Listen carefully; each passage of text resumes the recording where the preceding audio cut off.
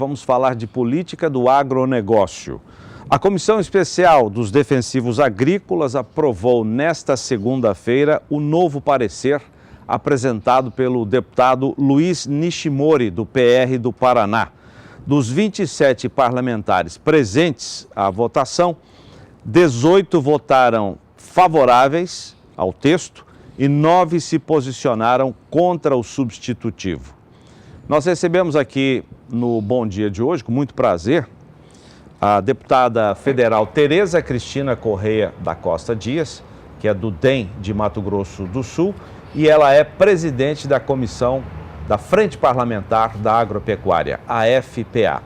Estou aqui com o João Pedro também para a gente falar sobre esse assunto delicado e polêmico, deputada. Muito obrigado pela sua entrevista. A senhora considera isso uma batalha ganha?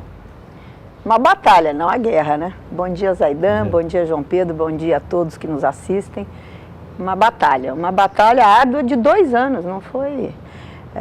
a segunda-feira passada foram quase 9 horas lá, né? 7 horas de debates e discussões, com a oposição não querendo votar o substitutivo de uma lei que precisa ser modernizada de 30 anos atrás, né?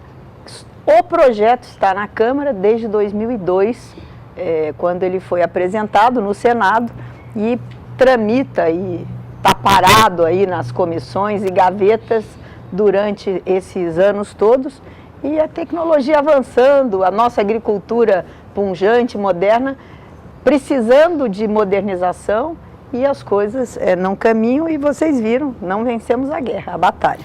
Deputado, João. Eu só queria uma questão. Um dos pontos importantes do relatório é o tempo que os órgãos do tipo Anvisa têm que se manifestar. Novas moléculas até 2 anos, moléculas tradicionais de 30 até 1 ano. Essa questão de tempo é uma questão fundamental no Brasil. Não só para a questão dos defensivos agrícolas, mas para qualquer coisa.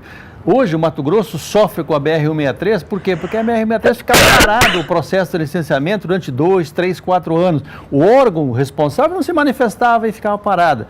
Essa questão de novas moléculas, por exemplo, num mundo extremamente moderno, que as coisas acontecem com uma velocidade muito grande, se ficar 3, 4 anos, quando sair o processo de licenciamento, às vezes essa molécula... Já tinha uma nova. Já tem uma outra para fazer, que vai ficar mais 3, 4 anos. É o que está acontecendo, não é o que já acontece. Hoje, a lei vigente, ela prevê 120 dias de análise, não 8 anos, 9 anos, como é a média hoje dos nossos registros. E não é só a Anvisa, não, é a Anvisa, Meio Ambiente e o MAPA. Mas por quê? Porque o processo ele é desconectado, um órgão do outro. Eu não consigo entender que, vamos dizer assim, a não aprovação desses órgãos, quando nós estamos fazendo um projeto de lei que vai ajudá-los, primeiro, colocando um sistema digitalizado, porque hoje chega o registro, é registrado nos 3, um de cada maneira. Inclusive, tem realmente empresas que propositalmente colocam moléculas lá, uma mistura, alguma coisa que já existe para travar o processo, porque elas querem continuar usando as antigas, que aí para ter o mercado com elas. Uma reserva de mercado. Uma reserva de mercado. Então existe de tudo. A modernização é nesse sentido. Ninguém está obrigando ninguém a colocar mais inseticida. Primeiro porque o produtor rural só usa se precisa. Se não precisar, é um custo tão alto que ele não vai usar. Então, é a modernização do processo. Esse processo hoje caminhará, a hora que a lei for aprovada, conjuntamente, tendo até 2 anos para essa aprovação. É uma questão de bom senso, né? É uma questão de bom senso, de organização, de transparência. E o MAPA teria que ter uma pessoa, um dos órgãos para coordenar. É o MAPA, porque ele é que sabe as pragas, o que está acontecendo. Não é ele que vai tomar a decisão, como a oposição está querendo fazer a opinião pública crer. O MAPA, ele é só o centro de coordenação, porque se aparece uma praga nova, ele tem que dizer, Anvisa, corre aí com o seu relato, nós precisamos de um produto. Já aconteceu isso com a Helicover para vocês. Tiveram que importar autorização? E não existia registro, não existia, teve que ser uma autorização do presidente da República para você trazer uma molécula que já existia, inclusive que os nossos vizinhos já usavam. Eu queria tocar num outro aspecto, deputada. A gente imagina que a pressão, principalmente sobre a senhora, foi muito grande.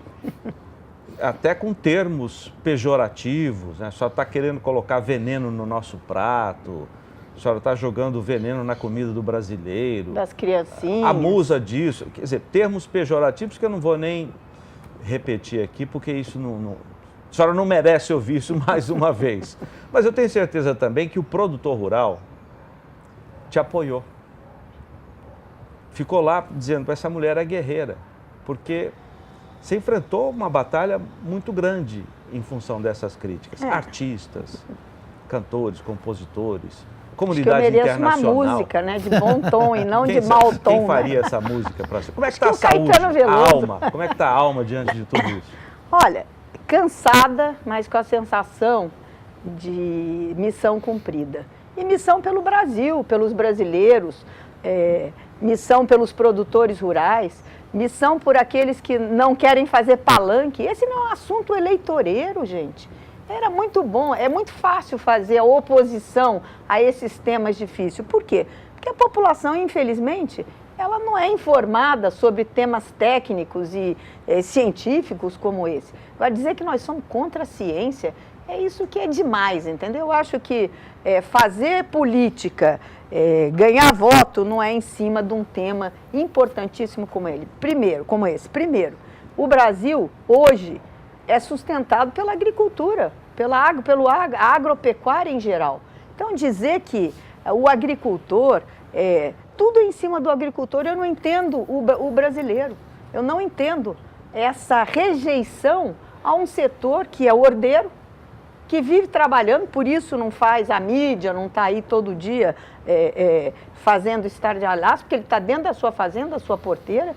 Nós temos aí pequenos, médios e grandes que serão beneficiados por essa lei. É mentira dizer que o pequeno não usa. Claro que ele usa. E precisa usar, né? Precisa usar. Outra coisa, nós estamos tão atrasados que determinadas frutas, determinados legumes, não existe produtos registrados para aquelas culturas. Por exemplo, nem sei se o pepino, a beterraba, não existe. Então tem que usar pela similaridade e você está deixando aquele produtor fora da lei.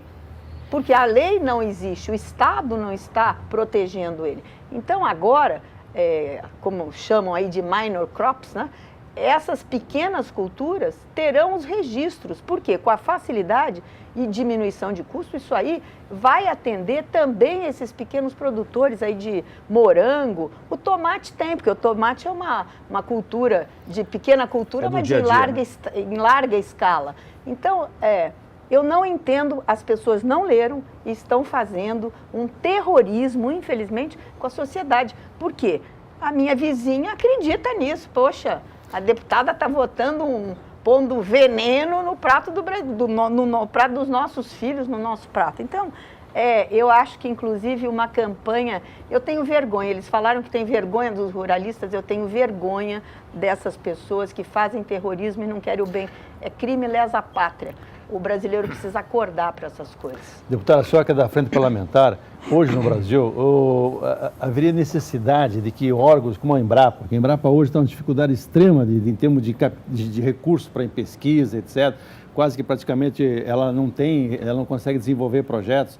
As universidades, as fundações que os produtores montaram e trabalhar no sentido de reforçar aquela ideia do chamado manejo integrado de pragas, que é uma coisa que ficou um pouquinho para trás. Eu acho que precisaria ter uma ênfase muito grande nessas questões, de procurar minorar, diminuir, porque isso impacta, do ponto de vista, não é apenas a questão ambiental, mas a questão econômica. Hoje, 30% dos custos da soja são os defensivos. Então, nós temos que achar caminhos para usar esses produtos de forma racional e usar os que têm as moléculas mais melhores, de maior resultado, que menos efeito colateral possa ter, mas também, simultaneamente a isso, fazer um esforço, o Brasil voltar a trabalhar na área de pesquisa nessas áreas, usando a transgenia e outras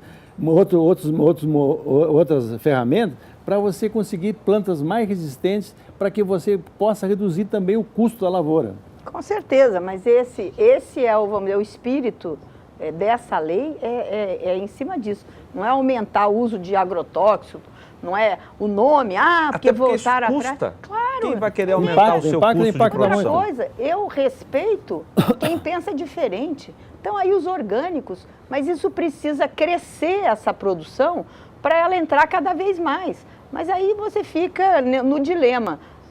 Nós vamos só apoiar os orgânicos? Não, nós temos que usar com bom senso, com parcimônia, os produtos químicos. É a mesma coisa, hoje todo mundo sabe, antigamente a banha de porco era vilã, não era? Sim. Hoje tem muita gente falando, não, temos que voltar a usar. Só que você não tem banha de porco para alimentar o mundo. Por isso que veio óleo de soja, óleo de girassol, óleo de milho, as oleaginosas todas aí. Ela é melhor ou pior, não sei, mas ela precisa porque nós temos que alimentar o mundo. Então, nós temos que ter a maior segurança, mas nós temos que pôr comida no prato das pessoas. E o Brasil tem essa missão, dos seus 210 milhões de pessoas e ainda alimentar parte do mundo. A FAO diz que o Brasil tem a missão de até 2050 alimentar 40% da população do mundo. Então, eu respeito, eu acho que os orgânicos são fantásticos, os bioinseticidas, os biofungicidas estão surgindo, né? Aliás, com a modificação da lei, eles começaram a crescer, a pesquisa, e é isso que nós vamos fazer. Você modernizando a lei, você também aumenta a pesquisa no Brasil. Hoje você tem pouquíssimas, eu acho que dá para contar nessa mão, as empresas brasileiras que fazem pesquisa e desenvolvem E é muito difícil moléculas. registrar produtos. Por isso. Às vezes um metarrísio, um fungo desse, tem o mesmo processo que qualquer outra molécula. Então as empresas acabam não tendo recurso e não fazem o processo. Exatamente. Ora, deputada, o nome desses produtos, pesticida, defensivos, agrotóxicos, qual a importância do nome para a definição de um projeto? Eu acho que, na verdade, o nome, vamos dizer, ele é importante, mas seria o item menos importante dessa discussão toda. Defensivos fitossanitários, é certo, é um nome correto cientificamente, mas pesticida, eu desde o início, eu não sou a relatora, eu fui só presidente da comissão, mas como engenheira agrônoma, desde o início, eu era a favor de pesticida. Por quê? Porque é um nome internacionalmente usado nos outros países e é muito mais fácil o entendimento quando você faz um trabalho científico sobre pesticida, todo mundo sabe o que é. Se você fala em defensivo agrícola, é o nome correto, mas não é o que o mundo todo usa. A grande maioria usa pesticida. Então, eu acho que isso facilita a comunicação na comunidade científica. E o nome vai ser pesticida? Se passar o projeto, foi o nome, inclusive pedido pela oposição. Aí depois eles pisaram em cima do relator. O relator, uma pessoa aberta, sensível, democrática, ouviu todo mundo. Enfim, é que existe uma outra comissão que foi formada na Câmara, né, que se chama Pronera, sei lá, eu até faço parte, fiz questão de fazer parte dela, que é uma comissão para estudar a diminuição de uso de agrotóxicos que é uma comissão importante também, mas uma coisa não anula a outra. Eu acho que isso não é uma competição. Essa vai ser também feita, vai caminhar, e isso foi feito pelo o deputado Molon, o presidente, e o deputado Newton Tato é o relator da comissão. Nilson é Mato Grosso, né? Hã? Nilson é Mato Grosso? Newton Tato, São Paulo. São Paulo. Quais são os passos seguintes agora? A comissão aprovou nesta semana, favoravelmente, a essa mudança na lei. E daí para frente, o que vai acontecer? Agora tem o plenário. Precisa entrar numa fila, né? Eu acho que é um assunto muito importante, que deveria ter um pedido de urgência, mas agora vem recesso, depois tem orçamento e eleição. Então é um ano complicado. Então, se tudo correr bem, eu acho que no final do ano ou no outro ano, eu acho que isso tem que ir a plenário. Precisa de 257 votos a favor, votado. Vai receber ainda, pode receber emendas de plenário, então qualquer coisa que não ficou boa, que possa ser melhorada, ainda se pode fazer emendas no plenário. Aí vai para o Senado, aprovado, vai para o Senado também, que é a Casa Revisora, vai rever, vai fazer pode fazer algum tipo de modificação ou não. Se fizer, volta para a Câmara e aí na Câmara finaliza. Se o Senado não modificar, ela vai à sanção presidencial. Então, eu acho que ainda nós temos aí um ano mais de um Ou seja, ano de... será no próximo governo, com certeza, no próximo com certeza, congresso? Né? Próximo congresso, com novos deputados, eu acho que, e senadores, eu acho que esse ano é muito difícil. Deputado, está aí uma pergunta que eu tenho certeza que ele está nos assistindo, está com ela na garganta, deputado, um pouquinho fora do assunto.